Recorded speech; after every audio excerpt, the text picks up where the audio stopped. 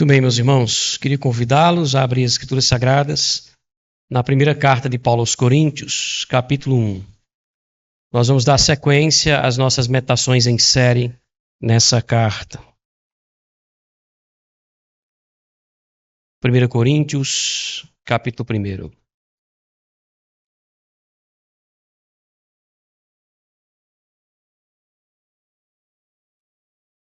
Todos encontraram?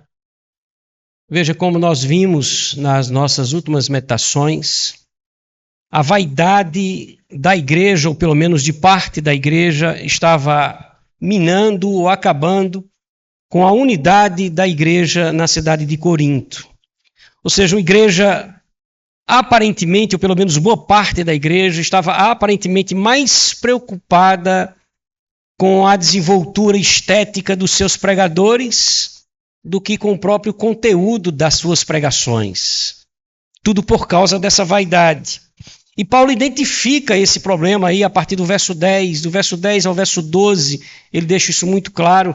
E passa a combater, ou melhor, a tratar do assunto a partir do versículo 13, mostrando a tolice que há nos atos, no comportamento e na postura desses irmãos, promovendo essas divisões por causa dessas razões que foram apresentadas. Uma igreja extremamente vaidosa. Nos argumentos trazidos pelo apóstolo Paulo, quando ele combate isso, ele vai dizer à igreja que Cristo deve ser o centro da atenção da igreja. Não os pregadores, não os preletores, os pastores, mas Cristo deveria ser o centro da atenção da igreja. E o conteúdo das pregações, ou seja, a mensagem da cruz, é o que de fato deveria importar para aqueles irmãos. E nisso tudo Paulo vai combatendo essa vaidade deles, dentro da ideia da vaidade humana, da sabedoria dos homens, dessa compreensão de que eles precisariam ver os homens apresentando as suas pregações com uma postura de desenvoltura mais bem elaborada, tendo em vista essa paixão, esse enamorar da igreja em Corinto com a filosofia grega tão próxima a eles ali. Veja, Paulo diz que essa mensagem que precisava ser o centro da atenção deles é uma mensagem que vai dividir os homens. Olha o que é que ele diz no verso 18 do capítulo 1. Certamente a palavra da cruz é loucura para os que se perdem, mas para nós que somos salvos, essa mesma mensagem é o quê? Poder de Deus. Nós vimos isso na nossa última devocional. É uma mensagem que expressa a sabedoria de Deus e uma mensagem que expressa o poder de Deus. Afinal de contas, por mais sábio que seja o homem, Paulo vai dizer isso, por mais sábio que ele seja, ele não compreenderá a mensagem da cruz como verdade se Deus não lhes conceder a fé. E aqui está a sabedoria de Deus. Por mais sábio que ele seja, ele não consegue compreender a mensagem da cruz como sendo uma verdade se Deus não abrir o seu coração para isso. Veja o que ele disse no verso 20 e verso 21. Onde está o sábio? Onde está o escriba? Onde o inquiridor desse século? Porventura não tornou Deus louca a sabedoria do mundo? Verso 21. Visto como na sabedoria de Deus o mundo não conheceu por sua própria sabedoria. Aprove então a Deus salvar os que creem pela loucura da pregação. Então veja, essa vaidade tola em volta do conhecimento ou da sabedoria dos homens, na verdade em nada contribuiu para a salvação. Em nada contribuiu para a salvação. E a igreja em Corinto, a própria igreja em Corinto, era uma prova viva disso. Um chamado e nada mais. É o tema da nossa quinta devocional nessa carta. Nós vamos fazer a leitura do texto em questão, me refiro aos versos que acabamos de ler agora há pouco na nossa liturgia, verso 26 até o verso 31, e na sequência faremos mais uma oração.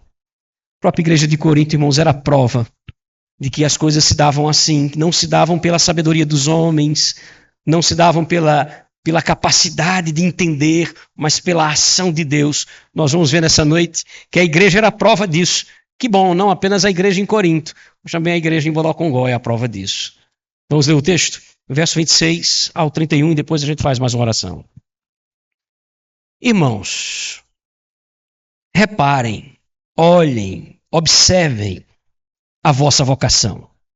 Visto que, percebam, não foram chamados muitos sábios segundo os homens, ou segundo a carne.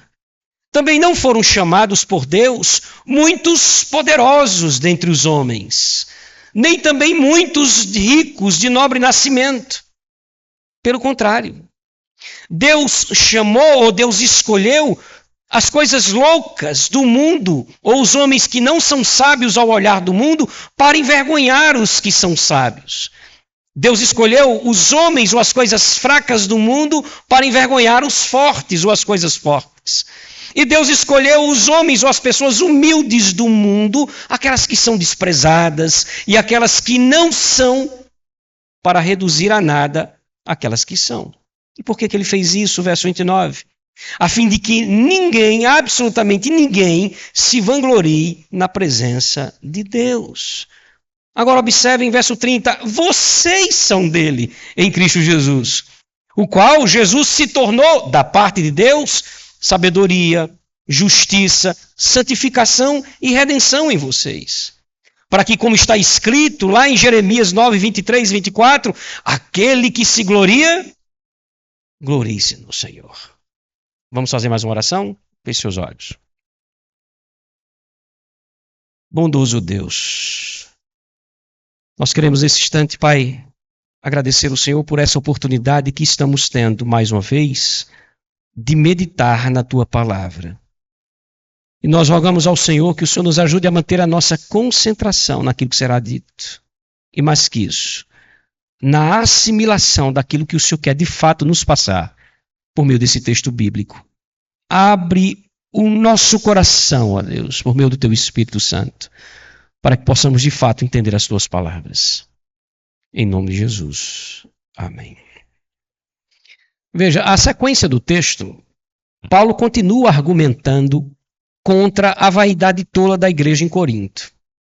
É interessante porque nós temos tudo isso aqui como argumentações de Paulo, desde que ele, como disse aí no início do capítulo 1, recebeu a notícia da família de Cloé, lembra disso? Quando ele recebeu a notícia da família de Cloé, de que a igreja estava dividida por causa dessa vaidade. Paulo, a igreja se dividiu por causa de personalidades. Há grupos aqui que causaram um verdadeiro cisma na igreja.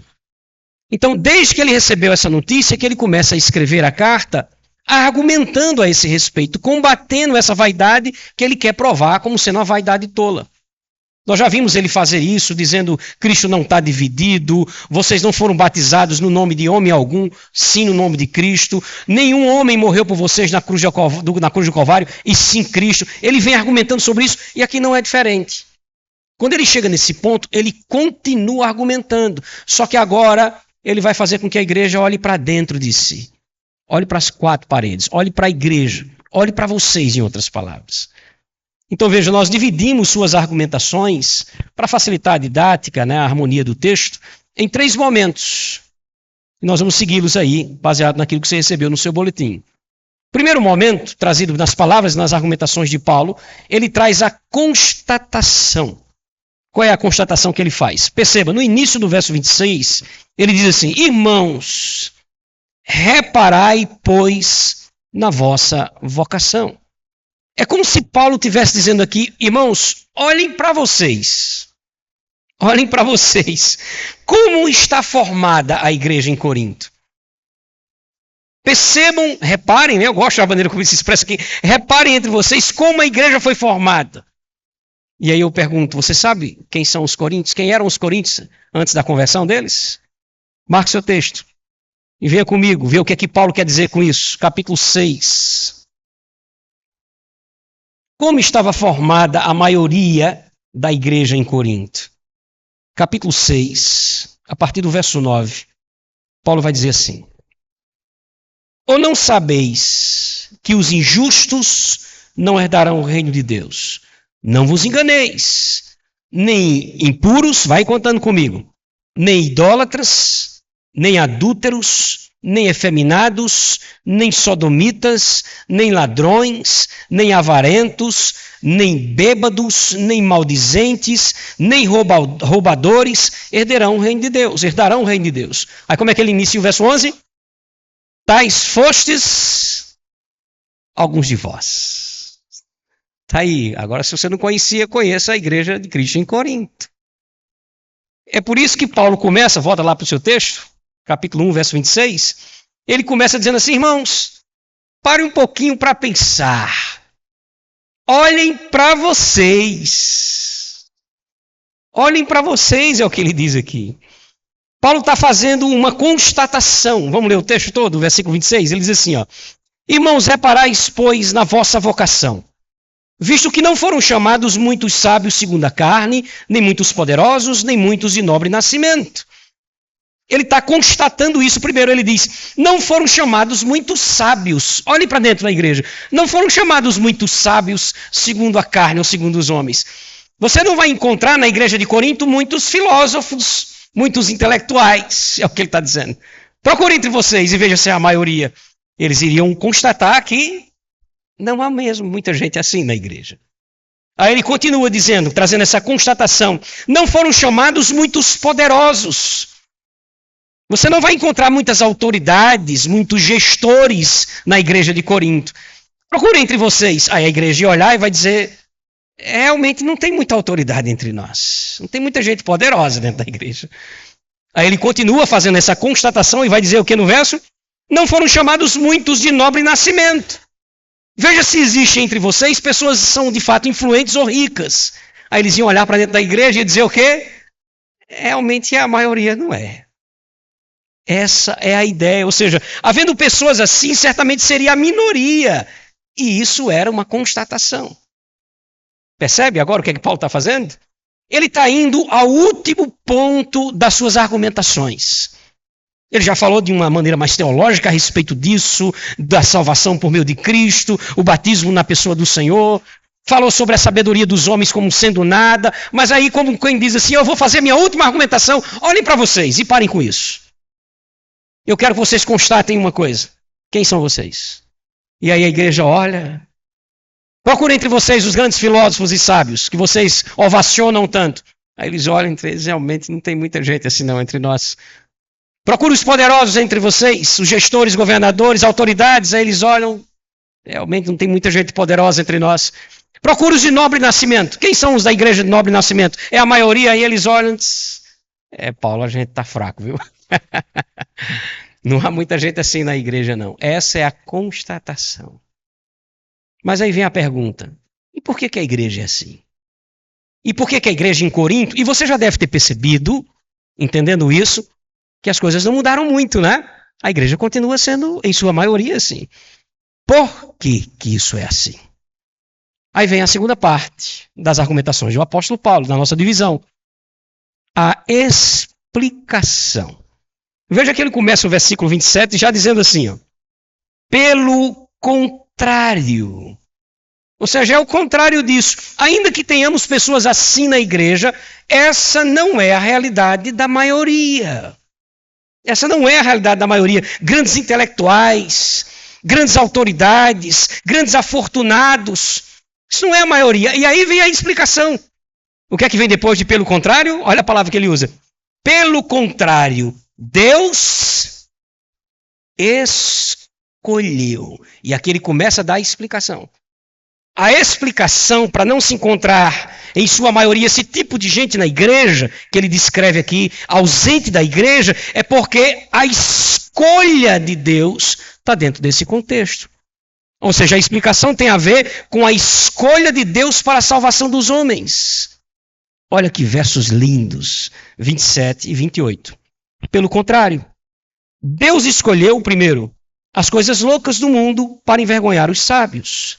Deus escolheu, segundo, as coisas fracas do mundo para envergonhar as fortes. E Deus escolheu, terceiro, as coisas humildes do mundo, as desprezadas, que não são, para reduzir a nada as que são. Parece haver aqui um interessante contraste que é feito nesses versos 27 e 28 com o verso 26. Dentro de um jogo de palavras impressionante, interessantíssimo, que eu quero mostrar a você. Veja, o que é que ele diz aqui? Constatação, verso 26. Não há muitos sábios na igreja. Não foi isso que ele constatou? Explicação, verso 27, é porque Deus escolheu as coisas loucas do mundo. Ou seja, porque Deus escolheu aqueles que não são tão sábios assim aos olhos humanos. Essa é a explicação. Constatação, versículo 26, não há muitos poderosos na igreja. Explicação, verso 27, é porque Deus escolheu as coisas fracas do mundo, ou seja, aqueles que aos olhos dos homens são os homens mais fracos. Por isso que não tem muito poderoso dentro da igreja, muita gente poderosa. Constatação, versículo 26, não há muitos nobres na igreja. Explicação, verso 28, é porque Deus escolheu as coisas humildes desse mundo. Ou seja, aquelas pessoas que para o mundo são pessoas desprezadas, que não têm muito valor. É isso que ele está fazendo aqui. Agora, intrigante é que ele diz aqui num texto que ele fez tudo isso, olha os termos que ele usa, para envergonhar as demais pessoas.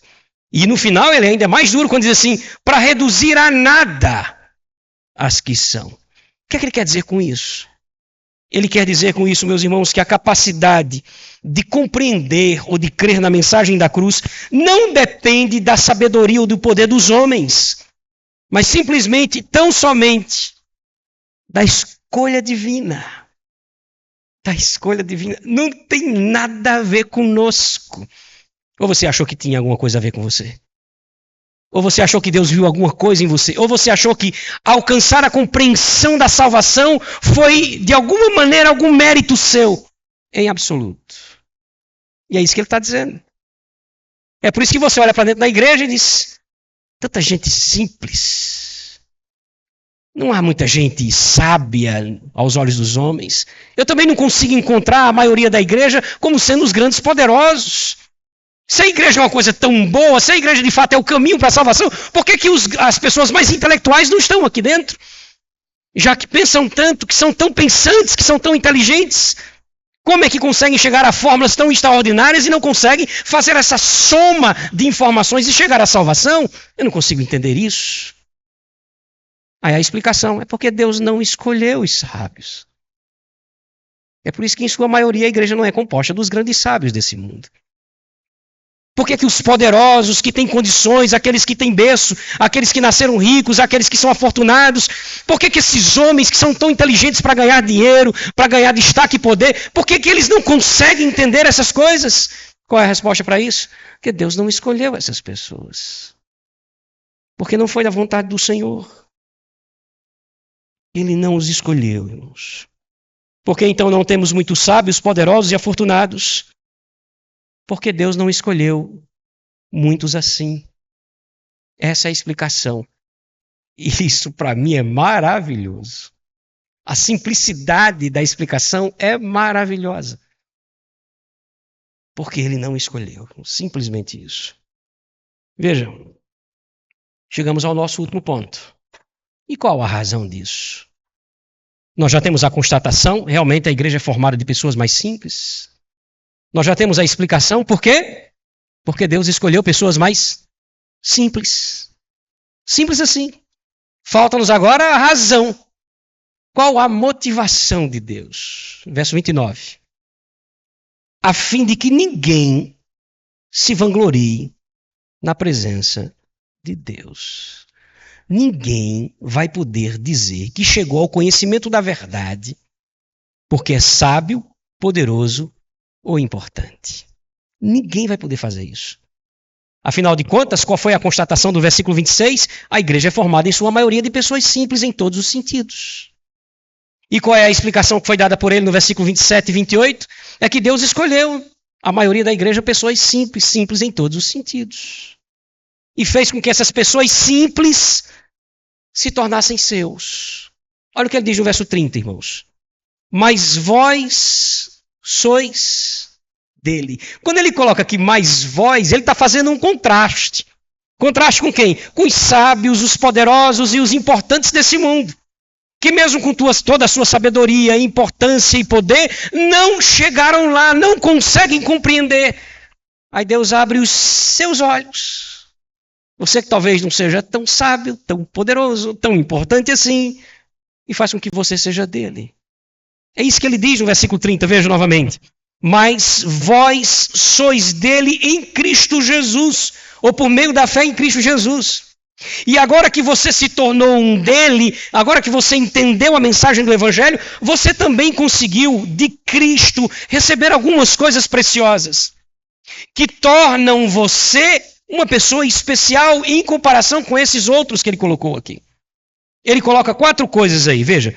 Mas vós sois dele, em Cristo Jesus, o qual, em Cristo, se tornou esse Cristo da parte de Deus, atente para isso, vem de Deus isso. Aí ele coloca 4 coisas que nós ganhamos ou conquistamos por causa de Cristo. Qual é a primeira? Sabedoria. Nós passamos a compreender as questões espirituais. Mas espera aí, nós não somos tão sábios assim, é verdade. Talvez para as demais coisas. Mas para as questões espirituais, conquistamos isso por causa de Cristo Jesus. Aí ele continua, justiça. Nós fomos justificados em Deus, ou seja, justificados em Cristo diante de Deus. Nós nos tornamos sábios, segundo o Senhor. Nós fomos justificados. Nós fomos santificados em Cristo Jesus. A nossa vida mudou por causa disso. E olha a última palavra que ele usa. Santificação e redenção. Nós temos plena certeza agora da nossa salvação final. Ou seja, essa série de coisas que nós conquistamos em Cristo Jesus e que fazem sim muito sentido para nós, que dão sentido à nossa vida. Repetindo então, ele nos deu com Cristo Jesus sabedoria, nós passamos a compreender as questões espirituais, justiça, nós somos justificados em Cristo diante de Deus, santificação, nós passamos a viver uma nova vida diante de Deus e redenção, nós temos plena certeza da nossa salvação final. É isso que nos distingue dos demais. Que demais? Os sábios, os poderosos e os importantes. O que é que nos diferencia deles? Nós somos de Deus. Foi isso que ele começou no verso 30 dizendo, vós sois dele, por causa de Cristo Jesus. E pessoas simples como vocês receberam da parte de Deus por causa de Cristo sabedoria, justiça, santificação e redenção. Meus irmãos, perceba, nada disso veio de nós mesmos. O versículo deixa muito claro que tudo veio da parte de Deus na pessoa de Cristo Jesus. E qual foi o motivo? Por que as coisas foram assim? Por que as coisas aconteceram dessa maneira? Verso 29, mais uma vez. A fim de que ninguém se vanglorie na presença de Deus. Aí ele repete o conceito lá no último verso. No verso 31 ele diz assim, para que como está escrito, e aqui ele vai citar o livro do profeta Jeremias, capítulo 9, verso 23 e 24, como está escrito lá em Jeremias, aquele que se glorie-se em quem? No Senhor. Essa é a motivação ou a razão da salvação alcançar, em sua maioria, pessoas simples como nós, para que fique claro para todos e para nós que a glória da nossa salvação pertence somente a Deus. Amém? Que coisa bonitinha, não é? Aqui é quase um checkmate do apóstolo Paulo, em suas argumentações. Ele começa dizendo, vocês entenderam que Cristo não está dividido? Vocês entenderam que vocês não foram batizados em nome de outras pessoas, e sim em nome de Cristo? Vocês entenderam que foi Cristo que morreu por vocês na cruz do Calvário? Aí ele passa para outro argumento. Vocês precisam entender que a sabedoria dos homens é loucura diante de Deus, que Deus salvou vocês pela loucura da pregação. Aí ele agora apela para a última argumentação. Homem, olhe para vocês. Olha para dentro da igreja. Olha do lado. Procura os grandes sábios intelectuais, os filósofos desse mundo. Você não vai encontrá-los na igreja, não é? É uma constatação, deixa eu lhe explicar. É porque Deus não escolheu os homens sábios desse mundo. Ele escolheu as coisas, eu gosto quando ele coloca as coisas loucas, para se referir aos homens que, ao olhar humano, não são homens sábios. Aí ele diz assim, olhe para vocês, percebam que no meio da igreja você não vai encontrar os grandes poderosos, os grandes gestores, grandes autoridades. Onde é que esses homens estão? Na igreja não está. A igreja não é formada, a maioria, de pessoas assim. Aí ele dá a explicação, sabe por quê? Porque Deus não escolheu pessoas assim. Ele escolheu pessoas que, ao olhar do mundo, são pessoas fracas, as coisas fracas. Ele coloca. Aí ele encerra dizendo a sua argumentação, não há muita gente de nobre nascimento, né? Não há muita gente poderosa, influente e rica na igreja. E por que ele não fez isso? Por que a maioria não é assim? Porque Deus não escolheu a maioria dessa forma. A maioria da igreja é composta de pessoas que, ao olhar do mundo, são pessoas humildes. Aí ele arrebenta, né, gente? Pessoas desprezadas. Pessoas que não são. Olha que coisa. E essa é a argumentação do apóstolo Paulo. Aí no final ele traz a motivação. Por que Deus fez isso? Por que Deus agiu dessa maneira?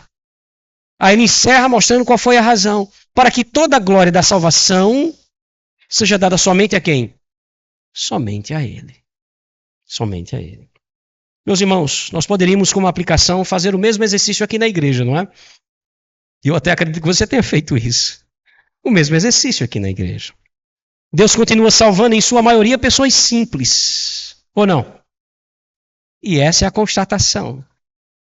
Ele continua salvando, em sua maioria, pessoas simples. Deus escolheu pessoas como nós, sem muita relevância assim na sociedade, para compor a maioria da sua igreja. Essa é a explicação. Essa é a explicação. Deus nos concedeu, ou como ele diz aí no versículo 30, veio da parte dele por meio de Cristo Jesus. Veja, sabedoria, justificação, santificação e redenção. Tudo isso para que a glória da nossa salvação fosse somente dele, como ele diz no verso 31, aquele que gloria, glorie-se no Senhor. Essa foi a sua motivação. Não havia razão para a vaidade tola da igreja em Corinto. Ei, irmãos, não há razão para a vaidade tola entre nós. Nós somos salvos por um Deus gracioso, bondoso, generoso, e devemos responder a essa sua dádiva por meio de uma vida de obediência e de dedicação. De quem agora, especialmente agora, por causa desse texto, sabe muito bem que a salvação se deu por meio de um chamado e nada mais. Feche seus olhos, vamos orar. Ou você achava que tinha sido diferente? Foi não. Deus o escolheu por amor e graça, para que você, no final das contas, dissesse aquilo que eu sei que você sempre diz: Senhor, quem sou eu? Por que o Senhor fez isso por mim? É verdade, por isso que Ele fez isso por você. E talvez por não com pessoas ricas, famosas, poderosas, tão intelectuais assim, mas por você. Por que Ele fez isso? Porque Ele sabe que você vai olhar para isso e vai dizer: eu não mereço nada disso. Não há recursos em você que atraia a Deus. Foi pura graça. Oremos. Deus bondoso, como é bom pensar sobre isso, ó Deus. Como é bom lembrar disso. Como é bom ser lembrado pelo Senhor dessas verdades. Não há nada em nós que te atraia, Senhor. Não há nada belo em nós. Mas o Senhor, de forma generosa, nos escolheu em Cristo Jesus para sermos aqueles que receberiam de ti sabedoria, justificação, santificação e redenção por causa de Cristo Jesus. Tudo isso, ó Deus, o Senhor fez por nós para que pudéssemos olhar para o Senhor e olhar para nós mesmos e entender que toda a glória da salvação das nossas vidas deve ser dada a ti. E como resposta, Senhor, àquilo que o Senhor fez por nós, a única coisa que devemos e podemos fazer é viver uma vida mais reta aos teus olhos. Como expressão de homens e mulheres que entenderam que foram salvos pela graça, que a razão de estarem na presença de Deus agora, ressuscitados espiritualmente, foi porque o Senhor nos chamou. Foi por causa do teu chamado. E nada mais. Nós te louvamos e te pedimos em nome de Jesus, faz-nos de alguma maneira corresponder a isso.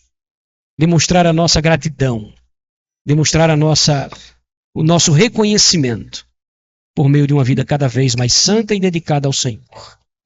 Em nome de Jesus. Amém.